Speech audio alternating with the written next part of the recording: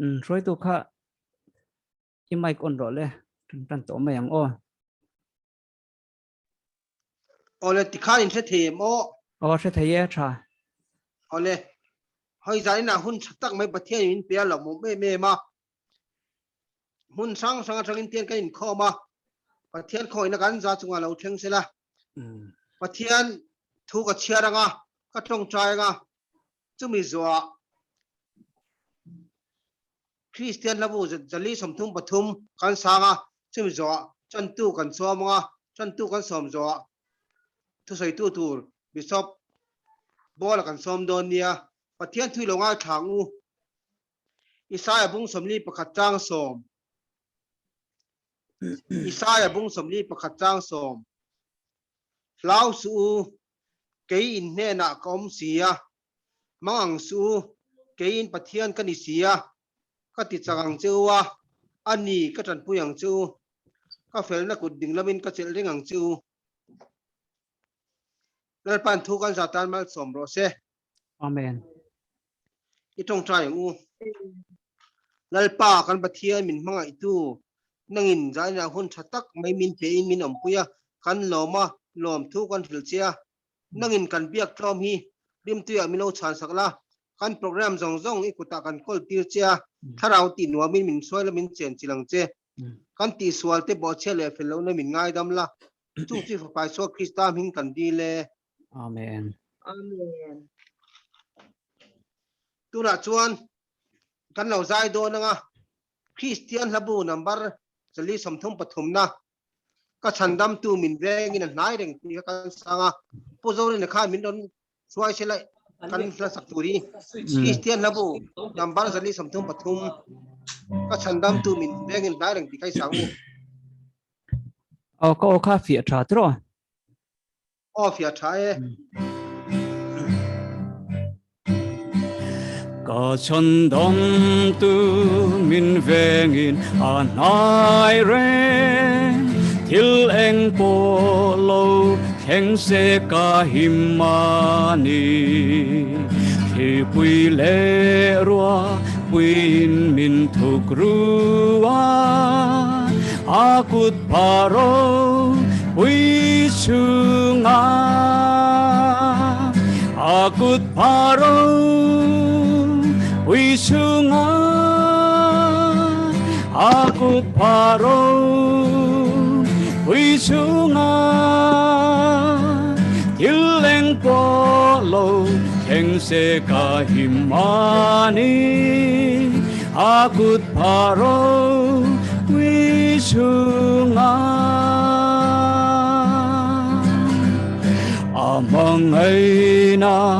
ang sunga suanin pom wana thu te ao in min sil to pathian ngei suan min ven vang in ka him akut paro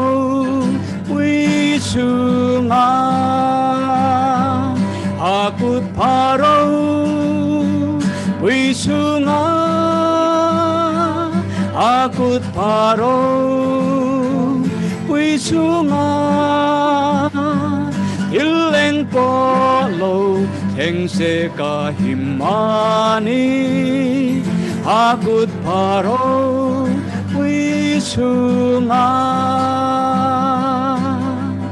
katharau ve ngin min kal san lovang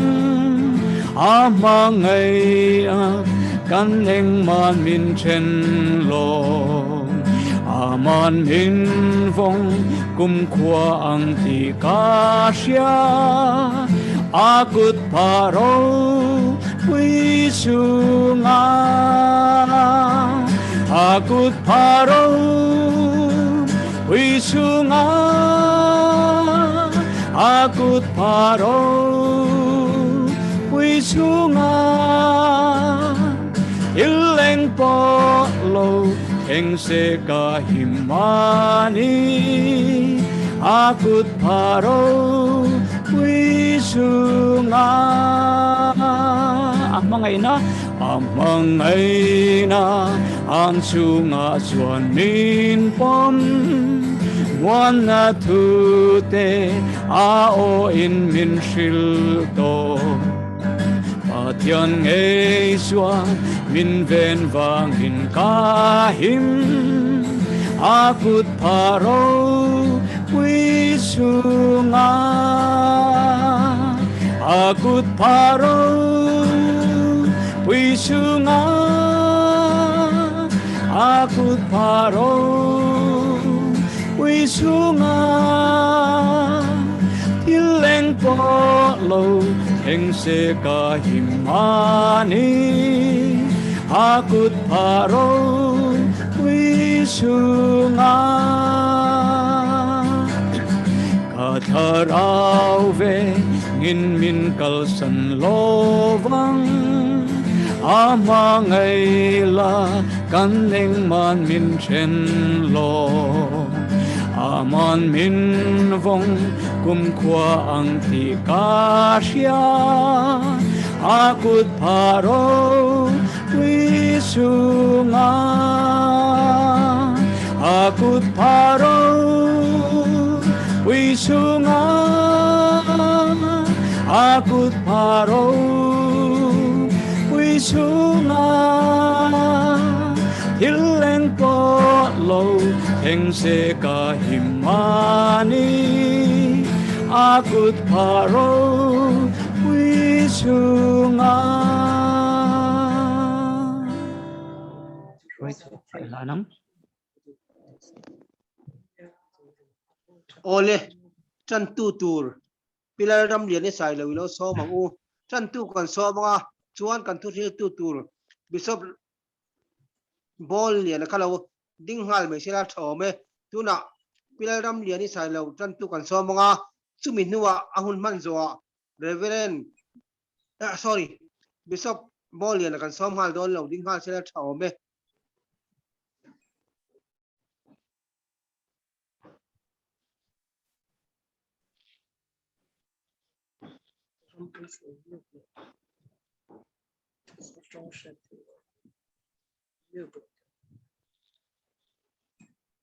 Kan trân tu Cái ka mic kai on lo. mic anh sẽ thấy mà sẽ thấy à anh sẽ thấy được à trái nè hay chân tu ra mình chua tao vang thiên hệ na lom thu sẽ là thì lúc sana cái tụ padam lo na cái buổi một pa en kem hi pathian kuta cái han top mea in en lok ti te hi cái này vak lova ama chulal pan cái tin lunga thu ada karon chiar chuak anga sam sa som thum pakwana no chiar la chang khata changa chang som pavia kheng karon chiarang olal pa nangin mun takin bi en chuak a mishata nangin ka thutle ka din hi shathina kangai ko anahi hlat tak chang ko in shathiam chin ka kale kamu hi mi en gun china ko dan zong zong hi ishavaka ngai te olal pa nagin ishiat pa veklo chu kale a hian thu reng reng lo nangin ka hnung lam le ka malama mikwala ka chunga ikuti hat poka chuti ka washiat na chu ka tan maklu tuka asang mak phak lobani i tharau he na ta hi khoya nge ka kalang i ma ta hi khoya nge ka tlan bawang wana han lo ni la chuta chuani sia si ola amna sia mila ngai te chuta chuani bok sia jing tha zarin ti finja top te ya fo omila chuti po i chuta po chuan ikutin min shwayanga ikuting lamin michel don sia thimin mikhu bo that se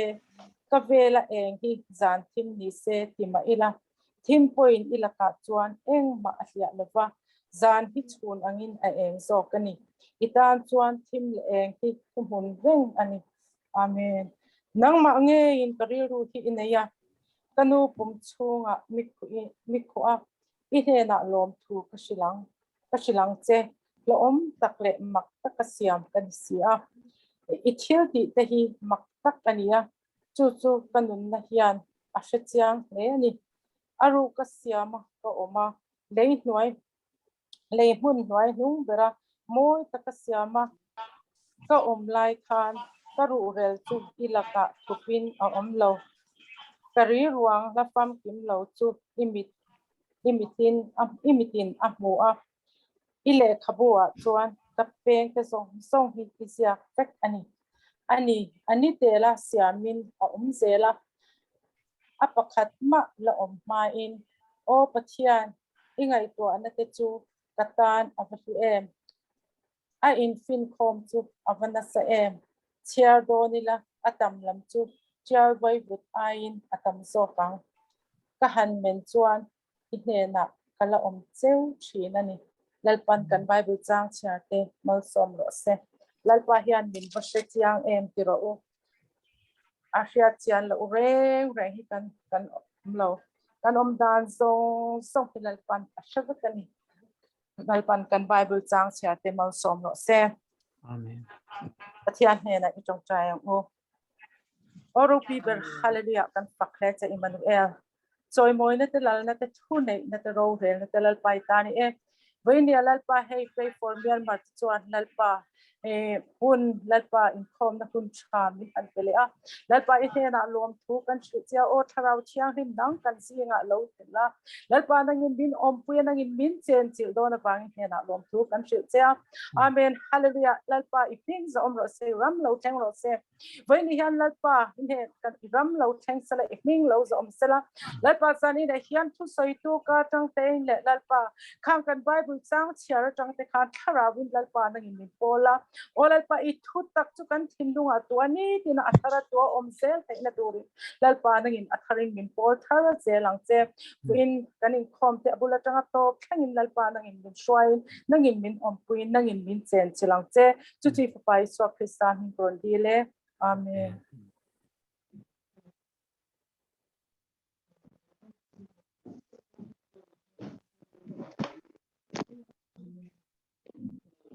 o dikhan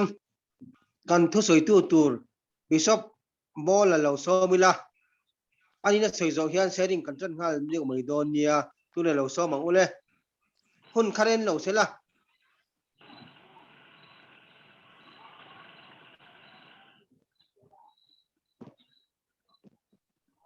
Bố là khá mày ổn lâu chất này. Sorry. Okay. Rất thấy Ole masalah ini so Krista mingin dibayi ke buku tu. Dari nak hey, saya so nama grup ni adalah inform nak kan menghau tehi Allah memketim emaya. Dari nak lom tu kan saya. Abi takin hey COVID apa COVID-19 teka positif angkarin kan tuar ve kan tungin kan rong bol pui mi tam takte in liam sana min boral sana tuti lai kara ke ni te hi patiarin enge zo mosiana soyang khanin jordan lui kai tur te singa khan min lo da ve ri hi katia etul kalome ve maya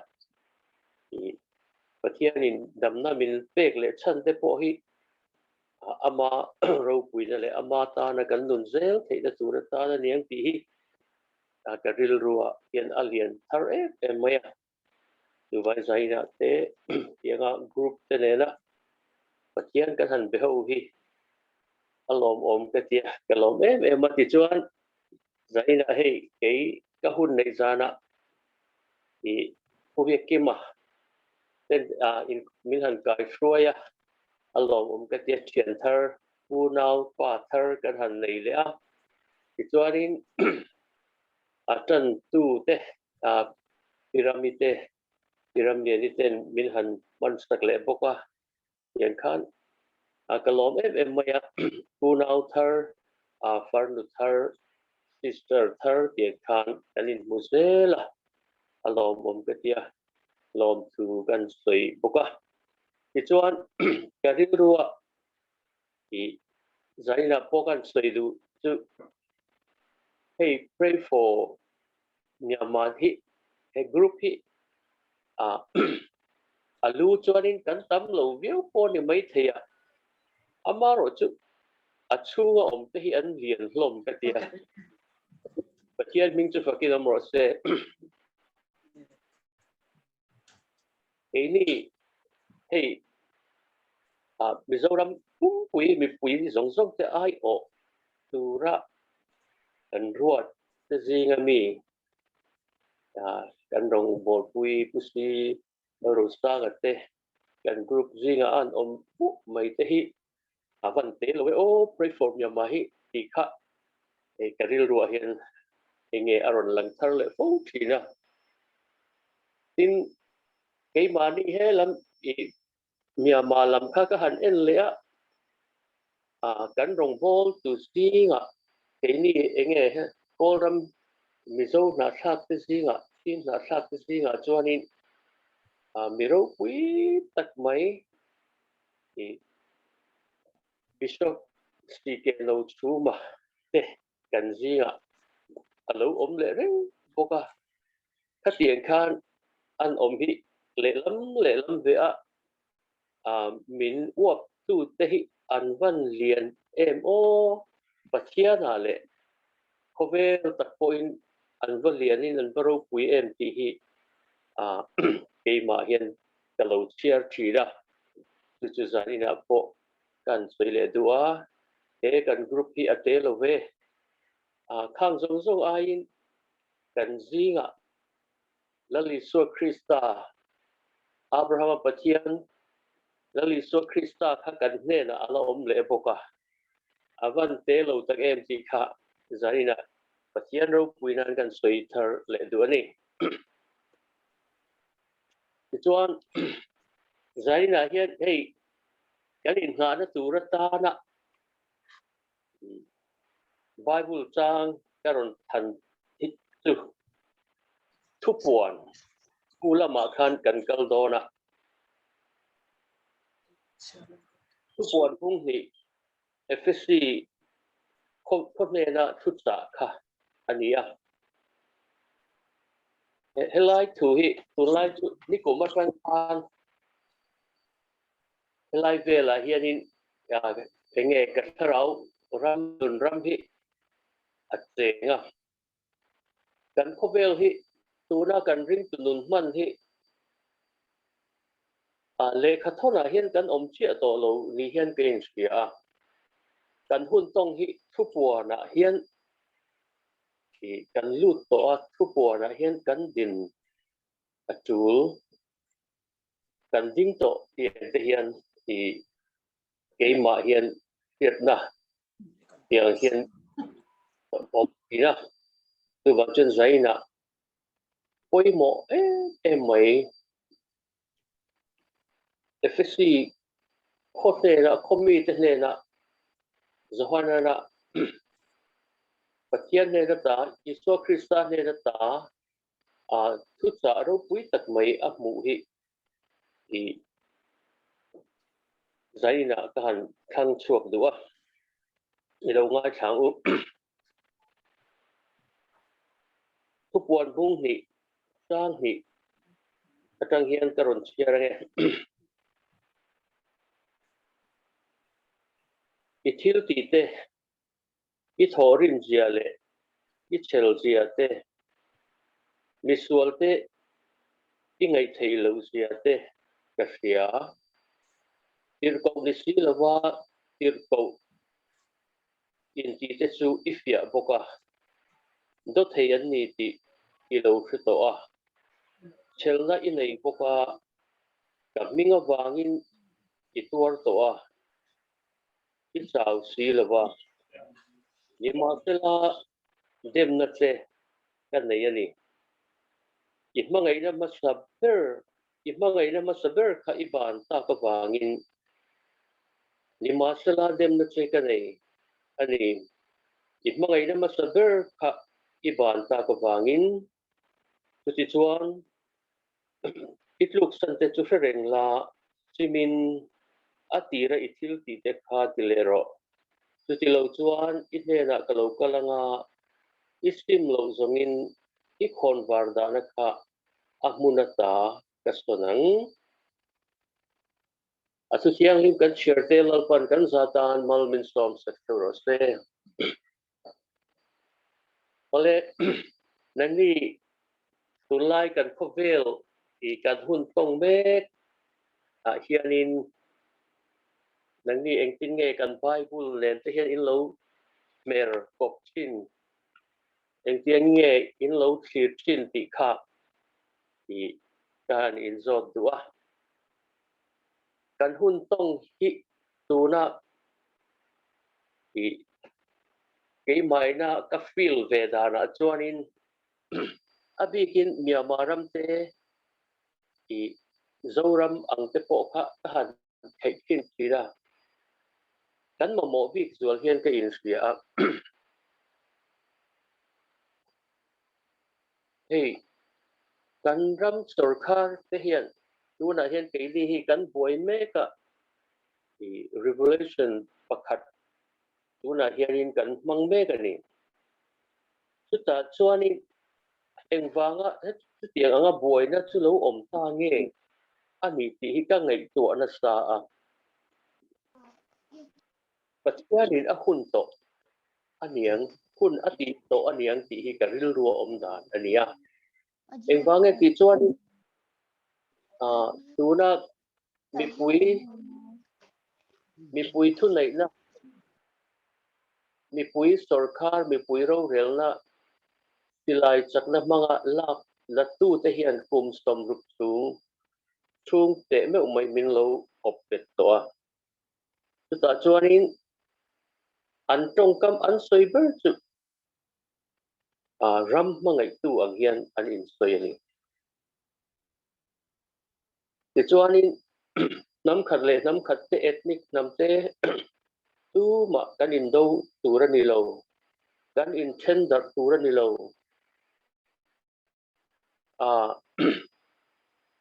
kan in sweet khom turani ti tong kam an mang renga min ti dar reng boka ram mangai angin anin soi reng boka ma se ram an mangai nya lowa chu tiang chuanin kum samrup chuang min lo kai suai ta min lo obet to ani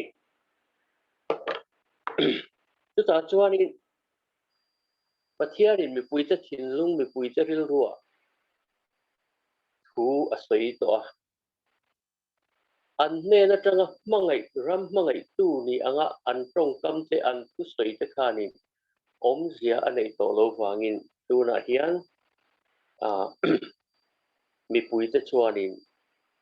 ki nga min lu chum bam chum huwa min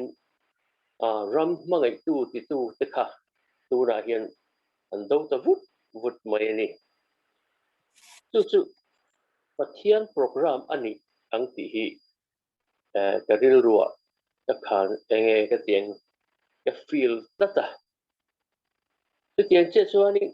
zoram po hi ka tia ka han ena tuna asam ram ri boy vela te hianin ti hian ka ngai to zoram siam thatna turin pathian in heram he boy na hi aron ti chua ka nian ti hi ka ril ruwa ka kha enge ka feel le engwang ti chuanin politics tam tak koi tu te hian zoram mangai tu lir anin soya ma se he boina tang hianin zoram mangai tu tak tak chu anon lang se lang ti hi kalau khira chu pathian hianin kan hun tu na kan hun tonga hianin enge chifri kan ti anga chifri chuanin bu zinga alem le atakte bolhlo te kan han enge a han fri ang hianin pathian hianin he kan hun tong har sat na mang te hianin midik lo te chu ashria midik te po aron trilanga khatia ang khan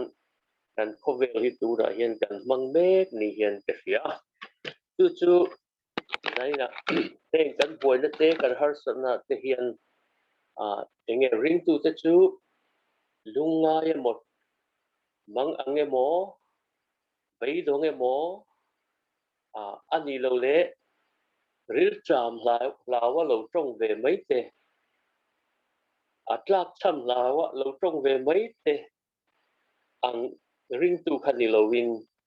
heng har sana alo thlen te hian pathian na tho khui lai ange alo lana pathian na tho enge lo theng thar tu ti kha a clear tu lo bei sei tu kan ni hi poi mo em mai ka tia chu pathian kan hun tong hi lali swa lo kal le ra don na ya ko vela thil lo theng tur te hi alo theng me ani eng zinga hian ring tu te hi chi aya mong anga trong vai lo tur hianin hi ka in pui dua ke nge ke tiếng na làm trong takin tha jam ke te du ni chu nang ni te ke ni te heng hun har sat na kan tonga hian mi te ai mong ange mo mi te ai lau tho ke mo thapare mo anga kan om chuan kan mi pui te mi ang mang ang te har sat te kan tu nge nem ta ang tu nge tu ne na nge thamuan na an na yang ti hi enge apoi mo ve mai ka ti chu wangin zai na ke li ho te hi mi mang ang te mi thabar te khovela base da in ha nat nei to lo pa mang ang te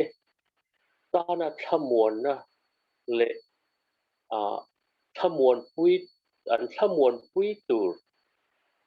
anga kan rin na hi lo lang chuak turin sai na tein tom dua hela ya hian amaro chu thil pakhat hi kan hun tong hi me ka hi kan zira kan enge kan tiang pathian thu taka ne na kan me bel kan om thiam hi apoi mo em ka ti thunga chu pathian in he ko vel hi chiat na lai hi khui lai khan nge ko vel hi chiata bi hi pathian hian in sang hi le panga akharin min mu tir ve chu ko vela rong bol tu ming thang tele tak te hian kum sang ni nulam kha edi sang ni nulam kha kan mu thim deuh ka ti chuani ban mu thim deuh ka edi sang ni malama hun kan hun man tak tele edi sang ni nulama kan hun man te hi cái mani mi mal nun tak ang po in an thil le tila an buk ton ni la kan hun tong te hi alo enge in nom hlei sia khamo kan set sia min ka ringa ni kum le kumin mai po ani lo le sang hi som pakwa le sang hi som priat in kar mai po kha mi kum khat lek po kha in thau em ni kha chu ta cho ni pathian in min mu tir he po vel hi achiat na chu mặc chứ vậy chứ min mu tir dan chu hey dam doi expiry date nei dam doi ang deuh hianin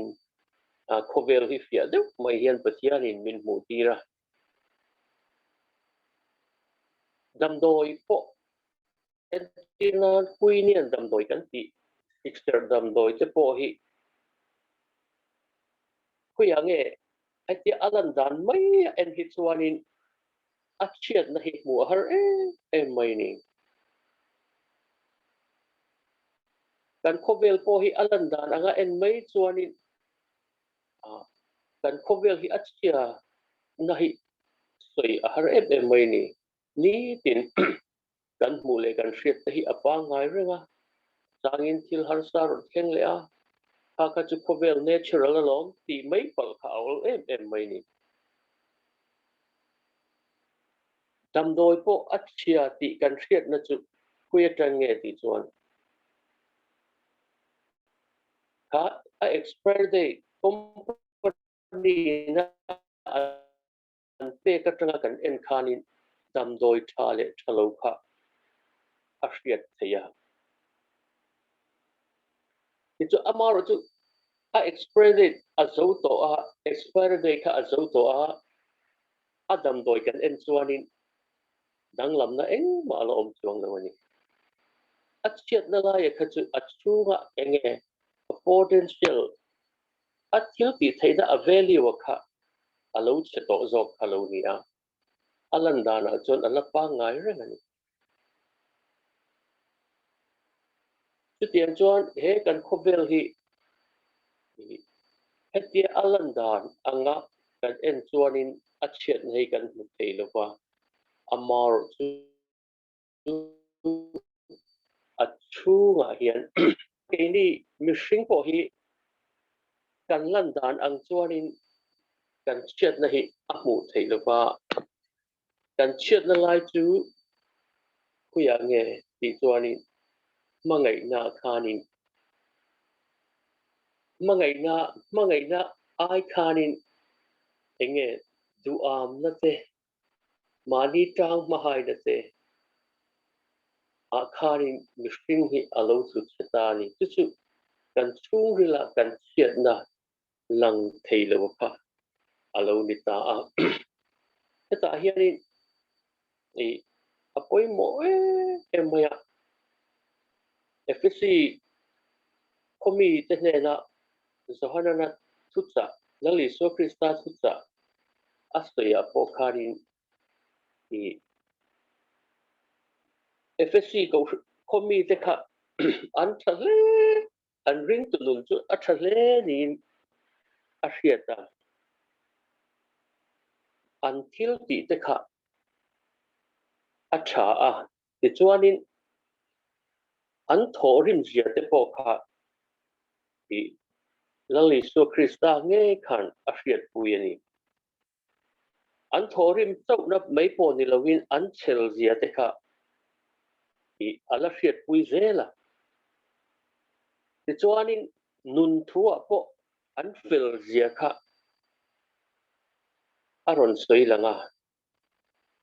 misual te an ngei thei lowa atiani ela hian misual te an ngei thei lowa atia elai sual ti hi a soi zau thei via wang khang te kha a hriat veka ti chuan tir ko ni si lowa tir ko in ti te chu an fia ti khan tei matakin rin om takan an omani ti chu mai ni lovin an tor kha a chel em mai boka avan du om em dromo ring tu kan nu na hian poi mo de mai chu tor chel na hi ania ke ni enge asia khomol is asia khomol lammi te hote ke ni ho te chu kan tor hi a chel tok lo viau mai the ni ma se lai fsc khomi te chu an tor chel zia te hi ilali so krista ngai po han a riat puini chu ta chuanin dem na pakhat anei ta chu chu apoi mo em mai helai dem nei i mangai na masa kha i ban san ta ka wangin atia adem thu kha aron soi ta ni helaya mangai na masa ti hi soi zau de ulet kan duwa helai mangai na masa ti hi apoi mo em mai i kan nu pa chung ko nu na te po chian tha le chian tha in kara te nu pa chung ko nu na te po ni sela i nu pa poi mo ver mai chu nu pa ni dan thiam degree in pe ki chu om thei lo wanga kan dam chu kan zir tur ania ti chuanin thiam ti po om hlei thei do lo wa amaro chu kan dam chu ngin nu pa ni dan thiam turin kan zir atula ta chuan poi mo ver mai chu mangai na kha ania kan in mangai na masta akha kata khan i kan let po thin kha atur do na ta po hian FSC committee te po hi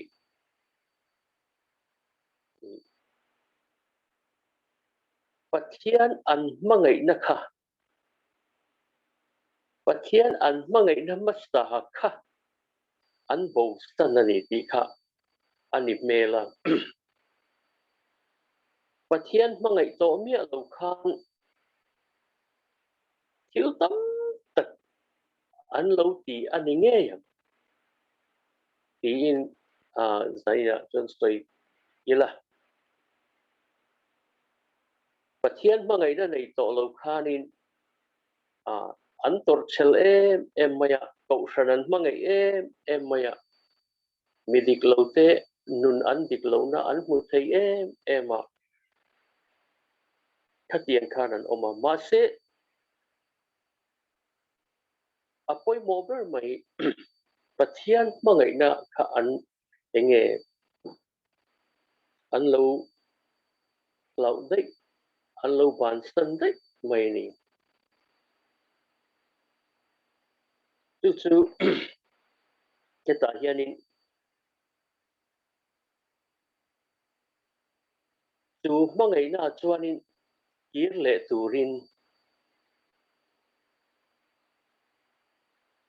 zohana hi lalis tua Christian zohana mangin ashriat tirta FSC committee chu apoi mo khup mai pathian atira kan mangai na kan lom o kan lalpa nang mangi hi ni ka chandam na chu nang mangi hi ni kalau zon thin che chu tia lom ma kan oma du lom na wanga kan cha lai te khati lai pathian nen kan in to lai ya mangai na ke mani kan nu na alo luan lu lai ya kan him na kan lom na kha engkim dan huama atan engkim in hlan huama nun in hlan huama kan nun lai kan lom lai huna khanin tuna hian kan la omen ti kha kan in enfia cheu kha apoi mo katia chu mangai na kan kir le lo chuan enge lo om a soi kha isim lo chuanin ati an mania khonwar kha in khonwar da na ka kaston sakan teunga atani heta chu mi om je chu ama pathian thuina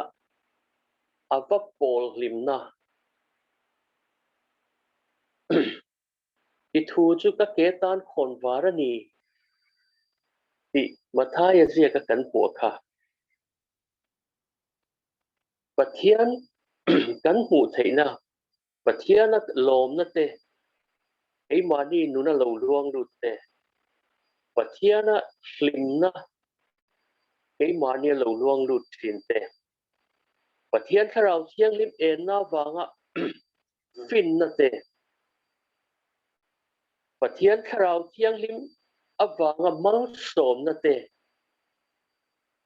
khang zong som kha ada na ka son sa mấy don cheu ni atiani chu mi om zia chu enge ni ti chuan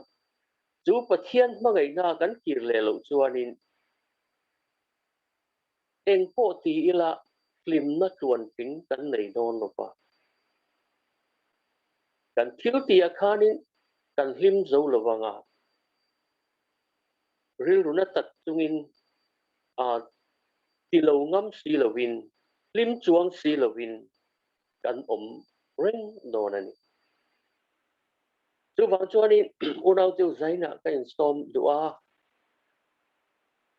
eng tin nge pathian mangai na chuan kan kir le ang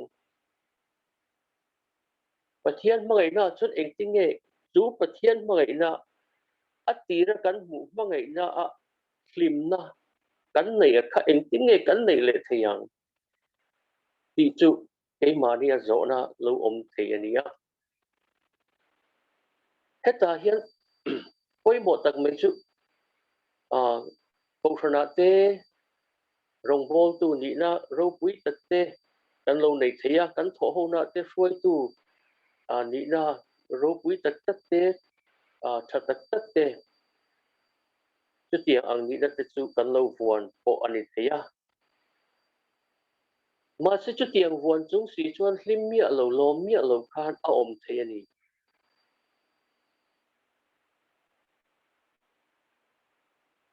chút tiền a kan chuan in hay hi kan in en bắt a poi mo in ka ringa pathian mangai na kan kir le theina tur chuan le pathian mangai na a lom na hlim na kan nei le theina tur chuan voina kan experience zong zong te kan ni na zong zong te kan kal san ngama engma fellow now sen piang hlim anga kal chek thei anga kan nun kha kan in da niama kan in ngai tom ngam na chen chena khan pathian mangai na le tharau tiang lim pol tharna kha ke ma nia kan lom na kan pu se ang ti hi ke in enge pui duwa khati zong khan tu wangin pathian thua lom na te hlim na te chak na te kan nei thei na tur chuan in ngai tloma now sen enge piang hlim chak lo tak anga kan na pianga hian kan nuna pathian thil ti thei na pathian ro pui na hi alo lang sel ang ti hi zanina hi ke in storm dua tu ti ang chuan kan nun hi bul itan le ang u pathian mangai na pathian na kan lom na kha pathian kan mangai na masa kha khata khanin kan kir le thep hi apoi mo mani ka ti he nun hi zaina ril takin than ngai yang ila tu mi jia chu enge ni ti chuan tun kan khovel hun tonga hian enge big society siam angai to lova ti nani biak in ro pui takte enge big society lian takte in siama tu mi a chuan hlim na lom na bazon tum va mu tum lam khadi to lovin cái mani mi mal nuna pathian mangai na chok khanin enge ha pathian le na kan in mu chan tirnia kan hlim na khanin kan nun hi top le turin pathian na kan hlim na wanga khan top le turin min du na ni min po na ni ti kha kan riat reng apoi mo a chuan voina mi tam tak kan nuna chuan rong bol tu tam tak te enge society liana in siam te biak in lian pui te mi tam na pianga lom na lim na tam na mu tum ang khani to lovin ke mani mi mala khanin pathian ta rin taka kan hun hi kan man zel hi apoi moniti kha zaina kan in pui dua tu wangin pathian mangai na atira kan mangai na pathian mangai na kan omem ti ka in en non ila kan om lo ni chuanin tu mi chuan kir kan kir le theina tur chuan in ngai tloma now stand eng ma relo anga nun bul kan chan ngam le na khanin pathiana lom na thar tuina thar kha kan mule do na ni ti kha zanina ke in sa du ani unau tu oi mo khop mai mangai na khan ding le turin lali suan min so mani FSC khwa mi te na khutsa kha zaina po kan ne na tharin min sa ni tin pom cheu theila lom na nasatat kan nei le do na ni lalpan atu kan soite kan zatan mal min som sak cheu ro se amen amen ole alo mum le mai kha bishop bolan he tangin thucha nung tak kan ngai kha thupuan je ka tangin thungai nam tak kan mo tak mai aron sei kan alo mum le me ya chuan sharing kan lo than don tonga sharing tur khan lo in ding hlobila thain ka sia chuan ama sabera tai kan chananga athoi tu ni mana hei tulai kan ram boro kan sia khaweli na boro ka tun me kan sia kan mubeka henga hian ring tu teng tinge kan lo mang ti kha poi mon ka sia hei fs pathian thu lo nga thaila fsc bunga chang so panga hian chuti chuan mi fing lo te anga om lovin mi fing te anga om zokin nom dana phim khuro ni te hi that lo wangin rem chana te nei zel ro ni te hi that lo wangin rem chana te nei zel ro chumi wang chuan a du sula al pa du zong enge ti ni ti ông sẽ dọc rồi căn chia săn chú ni te hi that lo wangin rem chana te nei zel ro tia tun lai khovel borok kan chia mun sang sanga hasana tam takoma kan unau kan dong bol puite bishop bol tek rampok an boy ja kan sie ram sang sanga boy tam takoma kan ram mizoram ngei po hi boya kan sia chi sang sang kan boy ma se nga hian zam lowa sel taka tuara kan dem chana kan leizel hi pui mo ring tu te chu kan hun tong le kan thil to na piang atanga kan injir thiama rem chana kan leizel hi pui mo in ka sia chu wang san tu na hun thalo lo thleng me ka hian ring tu te chuan hun tu ni hun lo chu ni a tu ni chan dam ni chu ni tia tu hun zeli hun lo ma kan ngai thiama pui mo a hun ze dan ze la kan ni lo kan pek thiama rem chana kan leizel hi pui mo in ka sia chu kan tiru duwa chuan kan thu tirik ta takte lalpan kan zatan mal som ro se ti chuan sharing kan du piang lo soila annuwa kan sharing top la lama kan hun nei tu bishop bol khan mal som trong tan nei min ki sala thawme tuna sei tur kan nei piang soila lo se tlang u soi về lòng Bible là chung đi khêu mà còn mai cái vật bốc xí đó tú nào đi khêu mà còn mình ta nó đi thua cái gì bị nan thì hay cần chút chút cho cần làm bôi ngắm mà mồ vây cái gì à có chắc lắm mà u nào cái phần cần mà mồ viêu này hay có vẻ phim cái cần mà mồ đấy này đi khêu mà cần ôm ba khát em thì cần vật đi khát số lại số cần vật đi bốc thì xuống đâu chứ mà chọn với những cần ôm nó hun hun này em đi khêu mình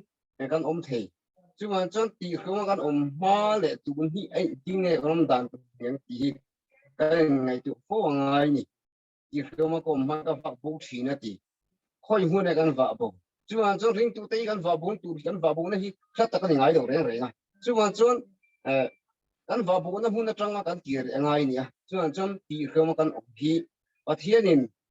arem atini lo mo khovel tin te ya hian ka ti chu karil rom ka ta chu chu karan soi lo kan e kan thu ti ri ta kan zatan man som ro se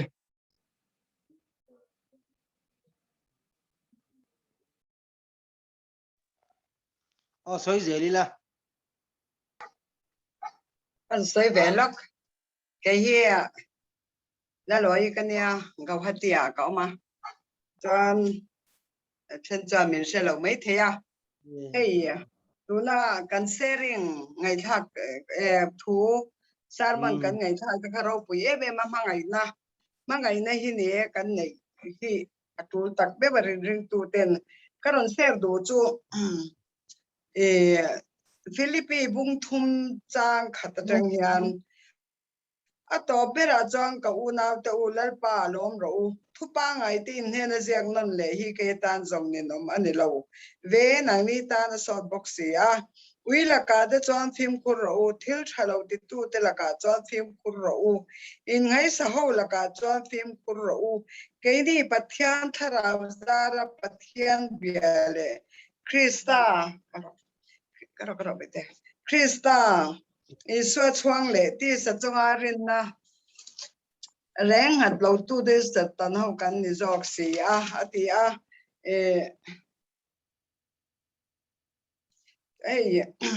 heta hian la ron soi na chuan ui la ka te chuan phim khu ro thil thalo ti tu te la ka chuan phim khu ro tia hei tu lai kan khovel hian ngai toila thil tha ti hi kan chak talobe mon le o ti tur khop hian ring lo tu te lama phei chuan an ma ni a khan thok tu setada an do zo lo an siat si lo hi an support la tan ma ni hian khata khan ei tu na po katyang swal laka mi in miron ti ma se ke ma ni chu Krista kan ni tla wangin khatiang laka khan kan phim khura kan trong kam man te etinan hei WhatsApp te po kan huwa Mizoram ram ri di boy chung changa te po ke ni chu lu la nam kan ni ti te po hi omani kha lo ngai thatu tan chodara thak lu tu kan ni kha lu la nam kan ni thin te kan pi le kan pu te Christian kan ni ma kha la yan sa ta ka lo in mi lo thata lo in ru thin an ni kha voi ni ai kan la soi chuak du tlat maya heng trong kam la ka te po hian heta hian a ron so ya hian ui la ka cho phim ko ro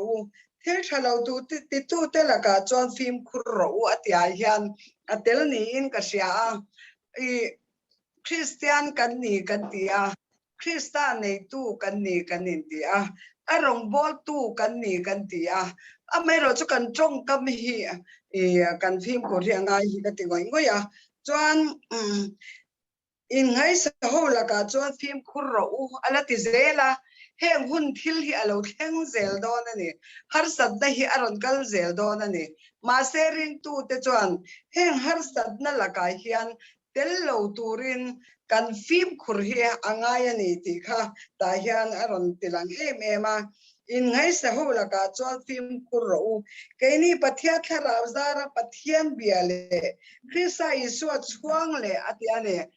thara zara pathian bia ke ni zentel ne na ta kala le so Krista awaga chandam na nei ve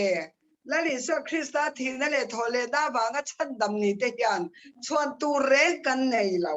ke man pathian thara zara chau hian chandam kan ni ve ta chu ta chuan ni kan poi mo ber chu trong kam le kan nun zia mira ma kan nam cha dan nam zia anom da na nga om lova ka ngai da na ka zuk om cha miram kha zuk ti boy ve thei ta ne ka trong kam man te ka le ka nung chan zia te khan miram kha khan ka duang anga ka om chuan mi tan khan min no kan ni mai thei do na ni khatia kha ring tu te po hi ring tu ka ni ka ti awang khan ka duang anga pathian thu ka du lam hoi zong zonga ka kalpui khan ring tu te zinga po khan pathian ming ti che tu kha kan ni thei tla ta nei te kha karil ro oma tun la ya hei Mizoram le Assam cho cái mà ni ho ba chuan cái nghe là em à chan chin po kan lo ngai thave renga ek po ni se pathian hian kan zoram amangai zia le kan trong trai ne telal pa na chan na sajia te le ami pui khom te po hi le kan trang ruala he ta po hian he ya zia tak chu pathian na tanga kan in mangai na le kan in khongai na le kan pathian rin na hi chaklo te tharau chào tế thầy là ba căn lâu nghe căn lâu ở trên bộ kha với nè hiện mình chán sa cái này thì kha chang à đâu mà nghe Christian thì hi phim khurang u là đi so Christa cái này riêng tu cái này Pathian pha te Pathianin am duanga tura he khobela la li so khobela len to lo ma se tharavin pa atangina ron chuaka chu tharau thiang lim chu kan he na hian oma ring lo tu te bula ka doma ring lo tu te bula ka nom khan Christian ka ni vati ta beila an mani ang ta khan ba thobila duam le lem le takin khobel mi te ang che khan sub le pai te khabaret ne me min vadu em mila bachu bian bua ni la Christian ka ni batile taila tunge mol phawan lali so Krista le kan pathian ka apa kan pathian nu hi amol phodon ani chu ba chuan ri tu de chu phim khur ro ati ta ka hian kan phim khur hi awanga em te kha karan sai ve tu chu ba chuan in ring tu kan ni chuan khoi muna po Pathian power min pe chu kan power min pe ka chu kan man du le chung ani mai chu ba chu power hetia zoi tur kan ni la chak tur kan ni kan ban kan pharang zo so tet ban an pharang kha ke ni po ban kan pharang chu ni chon la ni so Christian amma power ne ya arong bol tura zirtirte atirte kha to lo khovela hian amai ro chu ke ni ring tu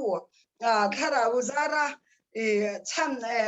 lali so Krista zara chan dam te hian kud mai tur kan ni lo tu da po he go hatia kan oma voi ni theng hian voi khatte ma hi trong moi lo le trong enge mo ang zong hi siat tur om lo eng wange pathian kan pathian no hian min hum tlatani chu ba chuanin kan kalna pia nga ring lo tu te bulai ko hian pathian em power min lo pe ani ti hi atakin sia ila mizoram te mizo te power pe chu chu eng power nge kan te cho tur theina te e chiat te po hi pois chalawangu kan ta da thatura de chuan nalwak te hi itum lawangu in so wak po ngai lo lali so Christian adu angte khan phim khurro ate kha ui laka chuan phim khurro ate tu te ge ui ate te kha kai ring lo tu te bula ka dom poin khoi huna po kan phim khora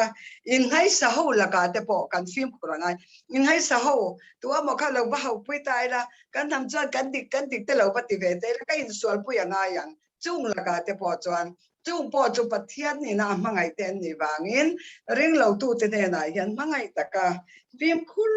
taka kan tronga kan nun hi ava tul em ring tu te hi kan mo phur nei ava sangin mo phur na sang taksia thil ti theina sang taksi hi pathian ne men lo pa pe em ti kha zangin an karon sei ve tu ani ka ti ra karon ti ri toi te te lalpan kan zabai tan man min som sakro se Amen. Only kalau indol le lo kanga program khan trong tra rual ti kha ka mu lawa ma se kha minon di mai na trong tra rual kha kan nianga hemikan sharing zo hian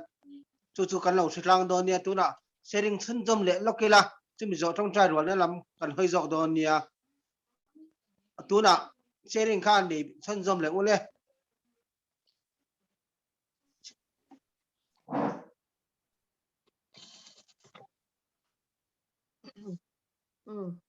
ngồi lại chance kan lo la ve lo ka nge sai tu nei tha tak tak po kha in la om cha wanga kan thu shil tu thu cha i ri ru athar hle meya mangai na masa ingtin nge kan nei le ang ti kha achang le in ke sha le ril ruwa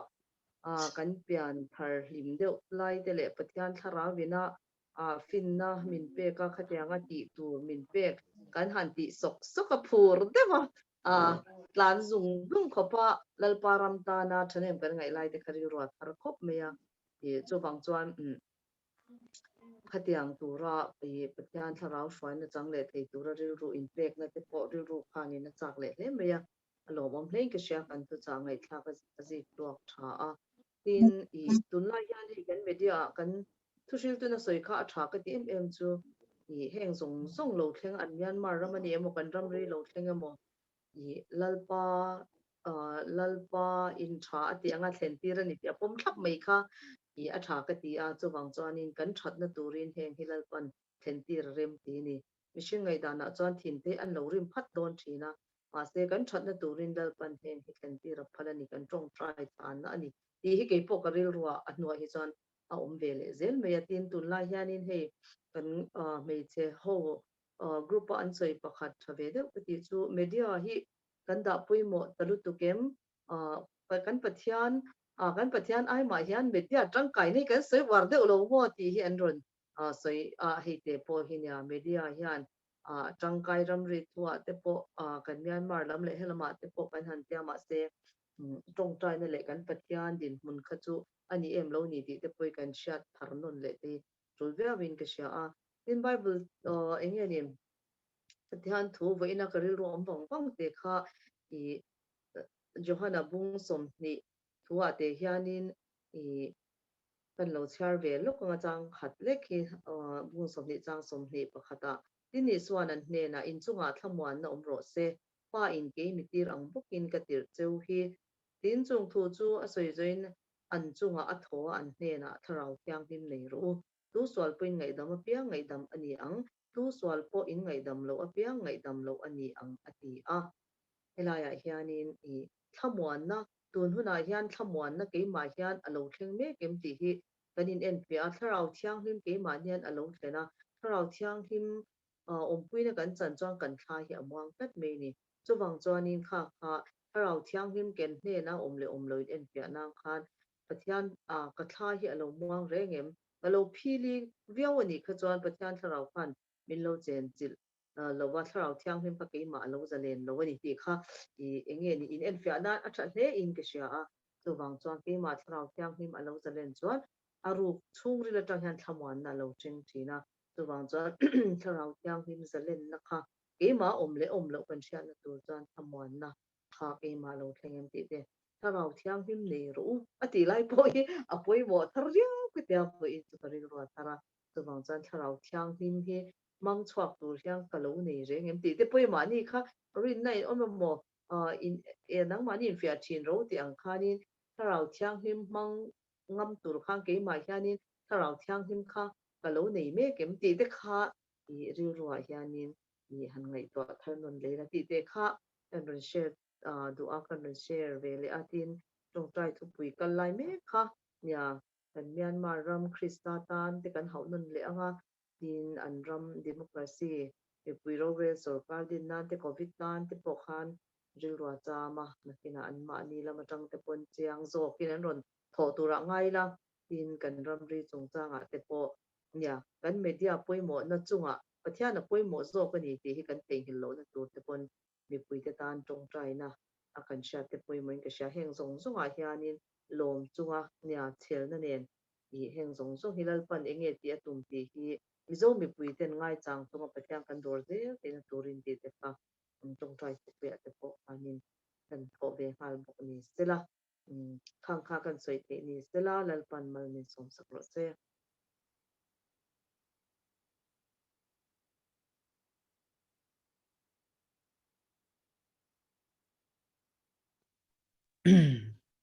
kan ngoi em kan soi ve lok teng pi bi zo chi soi ke ne dewa kan soi ve shim teng thupuan bung ni chang ni na atang khan nia sarmon nung tak mai kan ngai tha kalo ngai tu wanga man ka phak to lo zia te ka ngai tu a pathian ta na pi baby ron sayang khan kanin pek na athuk lai tak tak chuan kan phur thei zia kan han ti tak tak lai ka chuan mo ma se tun kan din hun a hian man kan phak lo zia te no pan laia pathian pol cha ka kan phur but lai te ka ngai tu a e khami hun lai mi ang khan kan speaker so mang khan kan tlan let le hi awa poimo em ke a soi tu na ron sharing mek tu po hi atlan let le hi awangai tak em ti ka ngai tu a voin khan pi oi fa pa Johnny ya speaker akan manga kan chung ko a sharing aron ne ya e thil pakhat asai poimo em makati chu thil hi kan ngai zam to lu tu ka pathian poi ka so yem ti te hi rongbol tu ke ni ang rongbol tu te po hian kan ngai tu chi klo lu tuk to a pathian hi mangai na khat pathian ani kan ti rual hian thik thu chia pathian ani ti hi kan ria ta apoi mo hle in ka ria biakina kan kala kan lama that takin kan wa atena kan lim hong hle a pathian pon min pol hle ama ro chu heta mi rel kha ka wa chhun zum le loi si zuan pathian ril ru hi avana don tak em pathian tri bai om pa ania pathian hlo om po nia mangai na khat pathian po ania chu wang chuan hei tu te soidan taka dot var an tiang si te chu dot ne le nem an dot var apoi lo chin ania lom han tiang si te kha tiang te kha rong bol tu te a hian kan lo phim khur hi ro wangai tak em kan pathian hian min lo wan chik tak em ti te ngai to na voina kan thu cha ngai thlaka po khan a oma chu wang chuan tu na kan speaker ina athuron sei atang khan mana phur takle lim takle pathian ta na thenem ngai taka pathian tri chunga rong kan bolang khan kan let le hi ahun to tak zet zeta chu tiang anga let tur chuan kan ngai thak ang khan pathian ma a kan ngai thlom na hi apoi mo ani chu wang chuan pathian ma kan ngai tloma in ngai tloma lalpa lam kan hoi chuan manang kha kan la phak le theini ti ro chu kan thiar reng apoi mo in ka ria chu wang chuan in ngai tloma piang te chu choi mo in anom thin sum te choi moi na te pathian tri man chu ania chu wang chuan manami khan ikir leng uti kha kan speaker som nang khan kirle apoi mo ani ho ikirle thewang uti kha kan han ser le ani kalome amen saluto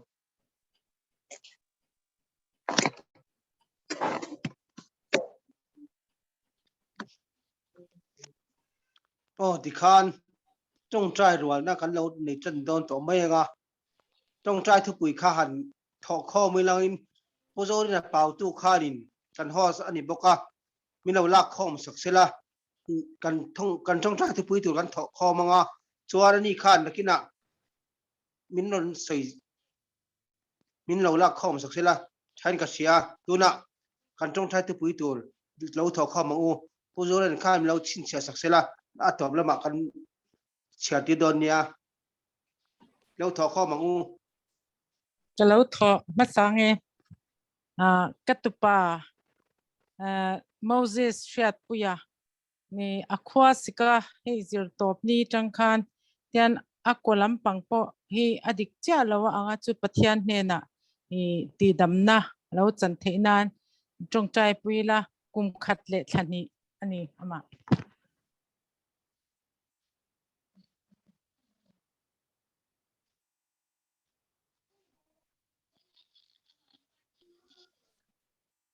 kan thei mo kan thei pakhat kalau tho phenge kan director Reverend RL biak moya hi alo thang tha abia la fangchar maya chu atong khong a chaw ve kho maya kwate sikina kwate thalawa dandoinan purphean in tira coronavirus te po an te sa alo negative thapa ti chuan result te po a thaveka te min ma son zela a khosik te po vo in bi chuan a om lova kan lom be khop mea Reverend RL biang moi tan mình trong trai pui ula kan du khop maya ti chuanin pakhat le ka dang kan thole du chu coronavirus be me Mizoram antam em maya then chun hlau thong mang ang na samaya heng mi te tan hian lalpan ati lama tin an mani nge po he nat na manga he nat na kal tlanga pathian an lo mu zwala pathian lama an lo chak thara an lo let le a pathian ti damna an lo chan zel theina turin pathian ne na dil sakila tin vo inni ate po khan khaboral te pon han zela ZMC lama po mi thi chung te pathian ina thamwana pui zel turin chung pathum chu kalo tho be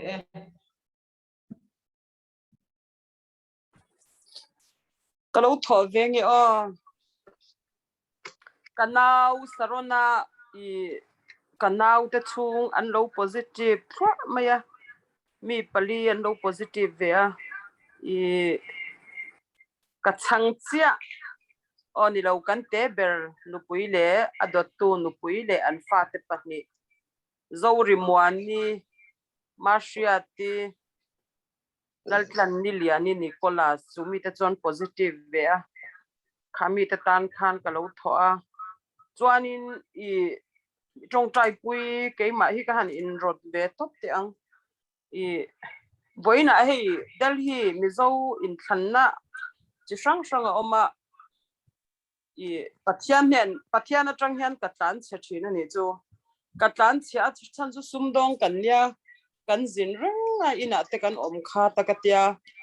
voina chon hei ko san puya te min lo thanga mei chia a min lo thang boka le lam mishing lama tang chuanin a kalung hi oi lo khop me ti me langin lalpan min lo ngai dam se I katin lo zia ka in sha chian hianin I enga tinge o ko san puya de chon mei chia de chon ni se akala sha thiama ko san pui em han I kai sang tur hi chuanin ka din mun nen hiana in milo hi ka tilu tu ka thien te herim chau me ni ma sengin lalpan mi fel mi tha te chau hi athang lo ni ti le lama ka sha thi chuanin tlan chereng tur kan ni lo ti te po ka ngai to kha kha kan chak lo zia sumdong kan nya kan zin rang thina I in hi kan lum te ma chuwang chuanin pathian chakna min lo del pui ula ko sana rong bol tur hi chuan ke ni ang tan hi chuan trong trai pui kan ngai em mani ti kha I ka han trong trai ka ron tho du ni chu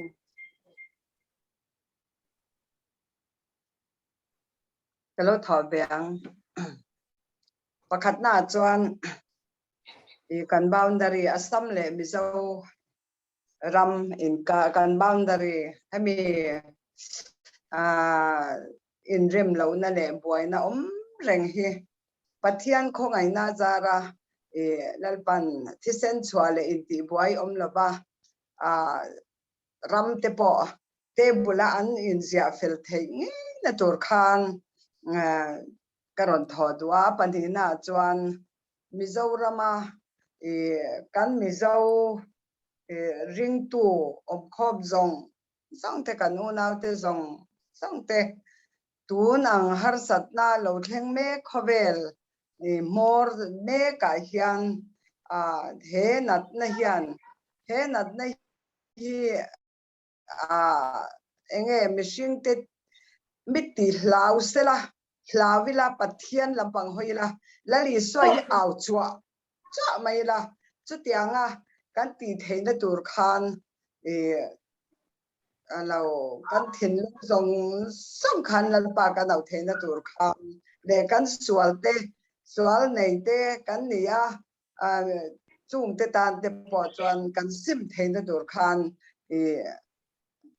karon tho dua apa thumna chuan hei puro sanga fanuma puite puro sanga te po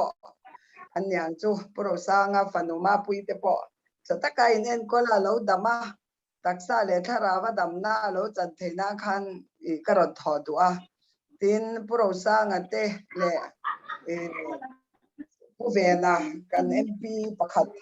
heng te po pathian in fin na apeka an ramta na an tho na ko nga a chelai chau in en saklova a thalai thileng ki ma zoram ta na an thil ti na pathian in zoram tan chan chuak thei tur khopa poison na le chakna apek theina tur khan dil puyang uti kha karon tho du'a tin pakhat le na chuan tuna hei asam Guwahati vela chuan corona he kan covid 19 hi zoi na ron tlatiam to a chu bang chuan voini thengin lalpan mizo kan nia mobile te po kan zawa in Guwahati omte mila edkola tuna dam taka voini kan theng theite chung ko tina biakin omlo ma sela chung ko tina lalpa kan be theite hi alo mom e makha ka lom thu miron sei pui ro ti kha karon tho dua ka thole dua en lau ka u fa pa ka u tu pa lal tran puya som de le pakhat be la ni apum hi na rengan baza lau dam doi nan baza ya kan sarani antia zo nak tu khi khemo la le do na khemo te po lal pan man so ma ama polo dam chole thenge na tur kha min trong trai pui wala ti kha karon tho du ani cái lâu thọ về nó còn trong trai thu quý lâu là thọ thấy rồi tara lom thu sấy na amma sabira cho anh in mi trong trai quý na vàng in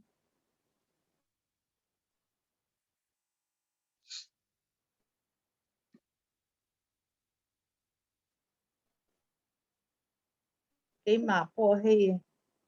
lom cho anh Delhi ấn thả đâm nước thế nào PATHIAN ula kadua kanin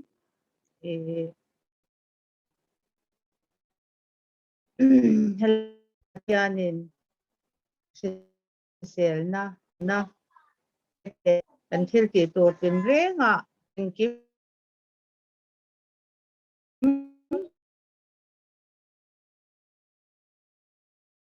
luang ta tu nge ban doi tan chon kai the ve ni a helai kan cham chung kwa dal pa min om pui na le min ben him na kan chan the na turin min dil pui la ti kha chung chu karon tho ve do ni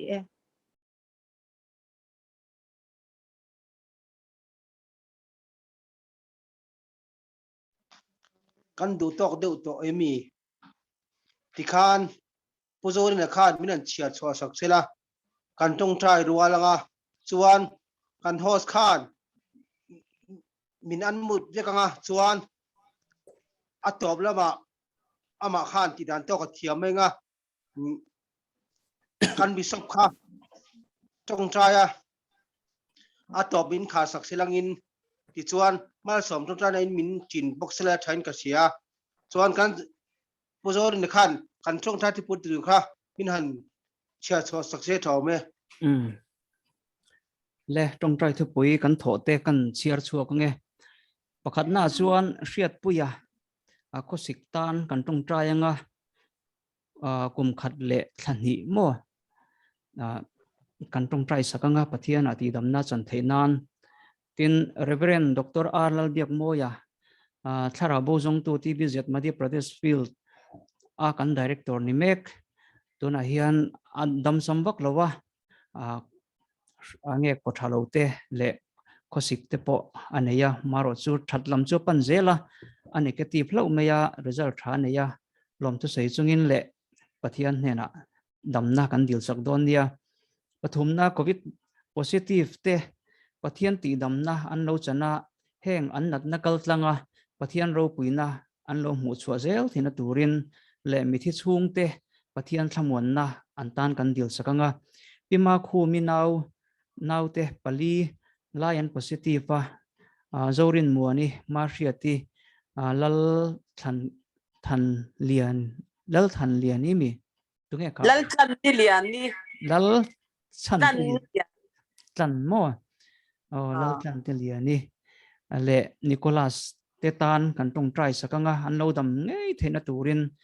tong trai sakila tin pima khumi po tong trai pui angai i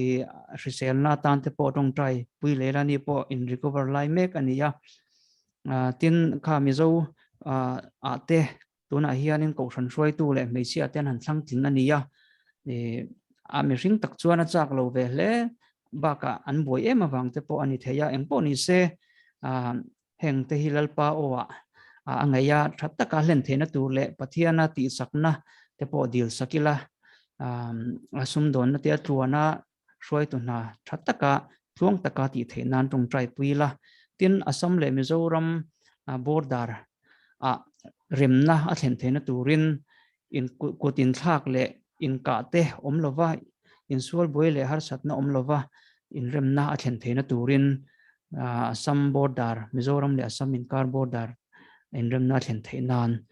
pasarina Mizoram kan Mizo puite Christian in tiring tu zong te heng har satna kan to na kaltlanga pathian kan lo hneya pathian lam kan lo hoya kan in ngai tlom vek thena turin simalal palam kan hoi theu theinan kan dilanga tin pusil ro sanga le ashung te tan kan tung trai puyanga abik takin afanuma pui tan pathiana ti damna kan dil sakze langa anin enkolna te po pathian tharau thiang nim polna le ti damna kan dil sakanga chuti rual chuan kan MP pusil ro sanga le puvena tan pathiana finna kan dil sakanga tin zoram tan theito pa ma anlaka pathian mal somna te an lo chanzela finna an lo nei zual zel thina turin le hoi sin na te po an nei zel thina turin kan MP te pani pusil ro sang le po ve na tan kan tung trai sak don nia tin chung tin in khom na te hei kan han nei chho ve zela in khom na hun thatak te zanin thlengin pray for Myanmar te po in khom na hun thatak te kan nei chho theya pathian hena lom tu soina neila pathian in hun tha min pek zel awanga lom tu soina ani chu piru ti tan khan kan tung trai sakanga lom thu soina tur tam tak aneyang Delhi a te thlong takin lalpan a rhoi thlenga tin positive le har satna hang song song laka khan pathian ven himna te kan dil sakanga tin pathian ti damna a chanjela po pathian hena lom thu kan soidon nia khang te kha subject omsa ania tin keima kan in thoanga som pakhatna point som pakhatna tan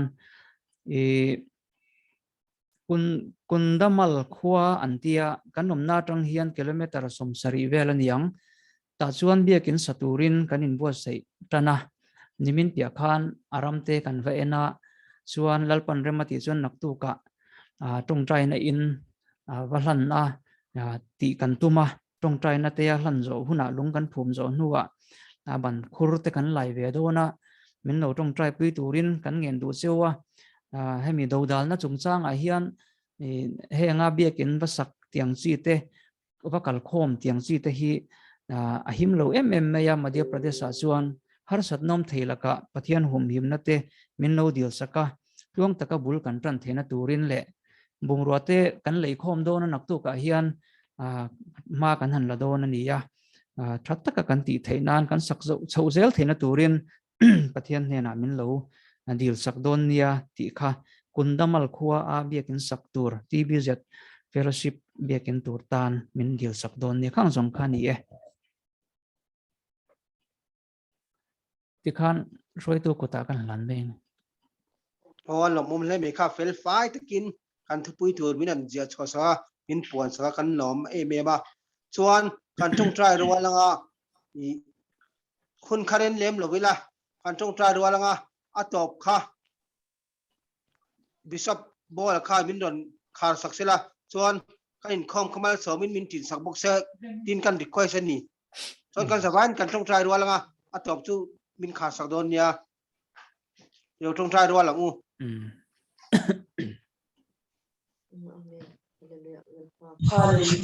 Hallelujah. Lalpa kanlome. lalpa Ta ina hian lalpa pray for mai ro Myanmar pui te. tak kan changa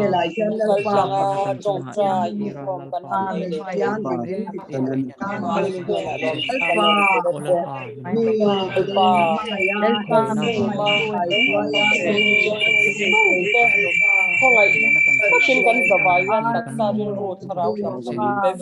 mo in lalpa min mangai to ron le ni. hian E chuan lai ri a kan member na kan mai thak in tak thom te na pawh ho tha kha in aro te ka kan wangin tin kan lo me lalpa a he na lo kan ko lalpa kan che zanin min ma lalpa zan mal ni na kan son chang la kan pui la sang ma lalpa min mangai tin thom la na ka min kan lo lalpa puta kan zan ko ke mu zo le na lalpa min kon mangai se to hi hria tanin lalpa i hi en zen kun thara kala hian una tel lalpa tel in de kin sakhi rin kan in ko sim se te ma ka ko pa chi rin tharau thiam him om pui na an che che na na ko kan na kan te sia lalpa ta sem lalpa alla ma la se lo ko ne na lalpa chan sin cha allo rin de ha an pa kal na te an rong so lalpa ha ko lalpa rin khar ko te lalpa sarau langma lalpa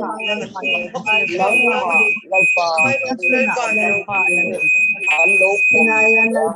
lalpa rin man min pa kan lo nei je na turin lalpa mi ong mal som na lo ni ko na turin kan tan ka ka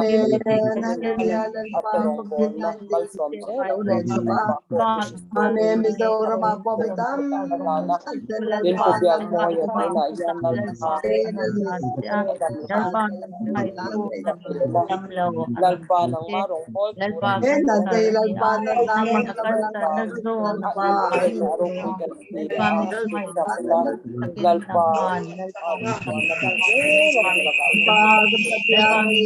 bukan kecuali okong mai una lalpa ko te zong song te dam na zong lo dam swal na rin kan mai som karon ke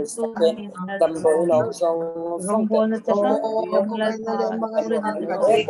lalpa lo re ko se kan tu ma se nge isoi tu kan shasi lawa una kalu ka ko lo ko po ran ruan ngai ni kan sia lalpa tua ke lalpa tuar yang ko sa ya bang te dam le lalpa ran om le ta ki kan sa na ni na pa ko ngai na le ma ngai na kan ni se so lo ni ik ko ngai na kan ron ni kan ron de tak se lalpa ko na yan karon ko ang so mo te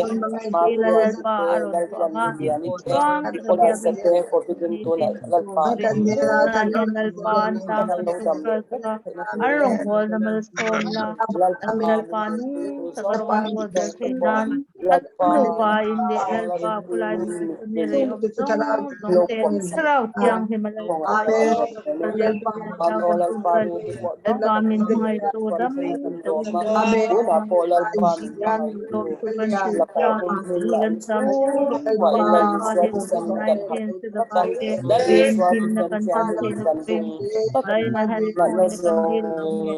Phong là cả lalpa na kuna lalpa kuna ang chilta po sa lalpa kan alo chan le ko wala na kan kan don ni mon pala ni biru ti te po kanan ho te lalpa le dai ko na ni ti ay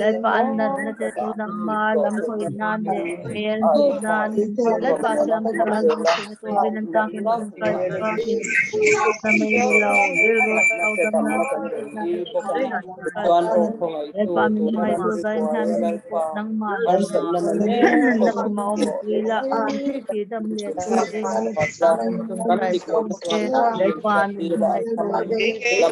tiang lawan kan lalpa mga even na lo kay lalpa Angin samram le kanin hi buain hilal pa anang mani tin kan ta na sakawin ron ni tel tak ron pi tau na thak tin nang ma nan kan man te tor kon le dal pa min mai to nang ma dal pa mai to na tar na wala Lat na kumamoto rong dal pa min mai to ko nang in yalpa kong pro sang kanu abui po yalpa min nang mga mani te ituma ram rin le po kan ng ko nang mani te treatment na kan na le song dal pa min mai to mga ram to sai halfway ti nun po nang lat mani te ram bre kan ko sang kan to sai pa dal pa pro sang treatment po la nang mani pa bun ti kapla yalpa dal pa natin min mai to ti pam alo ko le pero wala isang nang ma ta ni lai na kan ti po yalpa ani hi dal pa an sa le yalpa wala na na langha rong bol na ha at ko alal pa ahun naman siya siam say na chana sa na to yalpa sai hindi nga nang taga mai hul pa kami adik na ini isyate dalpa dik min mga karong ito pera dik na dalpa dalpa dalpa sa kendon po do Wai kalau kita pera dalpa naran romnya ni antu buat lagi suami dalpa min an mamozong nilaw ngay tong tao sa kalalpa min mga vena ito po siya hindi na min kandila karam siya lang lom sa example lang kanilang lalpa pintutuan sarawin ko na kapin sa ko kantong vena sa po min fin na sa sarawin ko kalwa ka MP lalpa ano uram puit lalpa pa po ng Ui manhidang kita na zoram ni ko ka may takinal pa kung hadi lalpa anan ito na kaya ito higalaw dam to in tayo na maron tukan ko to ang mati ay sa pahe kan tun tayo min san ano ba yung lom to na ram po pa po lal pa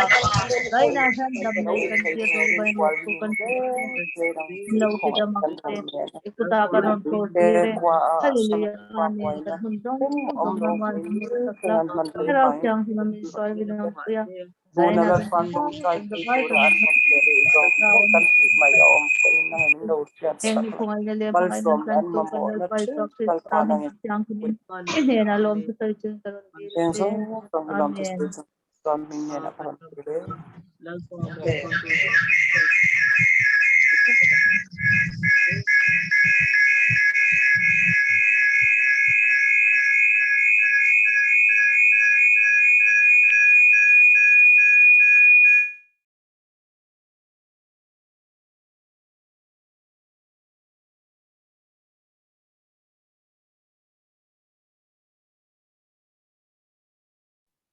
Pubol, isound.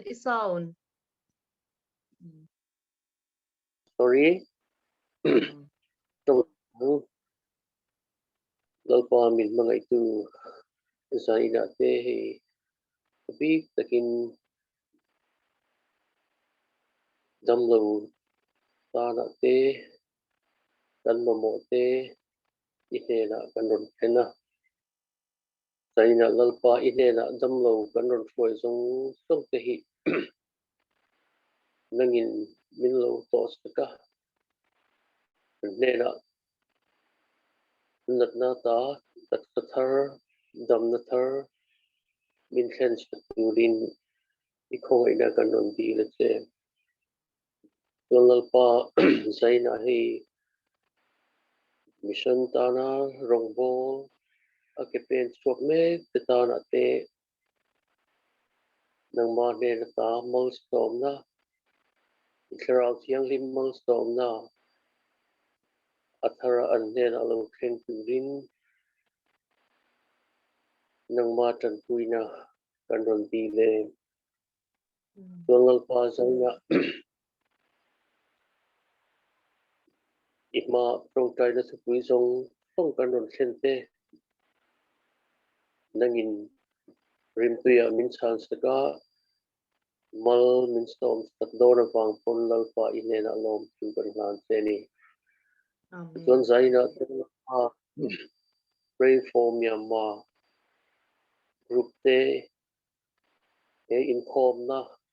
mai tam te lalpa mai tam me te nangin min lati dun sakze la mal min storm sakze la wang tin lom om pentia lalpa min shwena zonga lom tu kan shil la te lalpa kan palampun kan man le sel tura po nang ma tharau tiang lim om pui na nen le nang ma milestone na ne na lalpa he hun hi man kan tua yêu đang song song ayin nang kan singa lo omla nangin mal min som thin la mi program brahma mang tu te zong song tan karau lam nu na le ti sa ate an na tho na zo na te lalpa nangin mal som na thar man chair the te tu na ta na kan program te mal min som sakla zu mai ni lo hin lalpa nang ma lom na te lim na te nang ma ne na ta it chan dam lim na te khamon na te ni tin kan nu na thara kan hu se te te tu na ta na rong bol na hi nangin mal min som sakuin ikong ina kan ron di le te na ina lalpa kan inform na program zong song mang tu te ne na hian kan lalpa isko krista ko ina te kan pa pathian warami ko ina ro pui le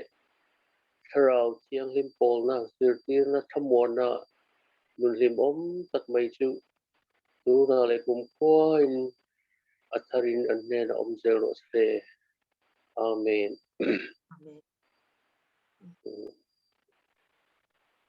Amen.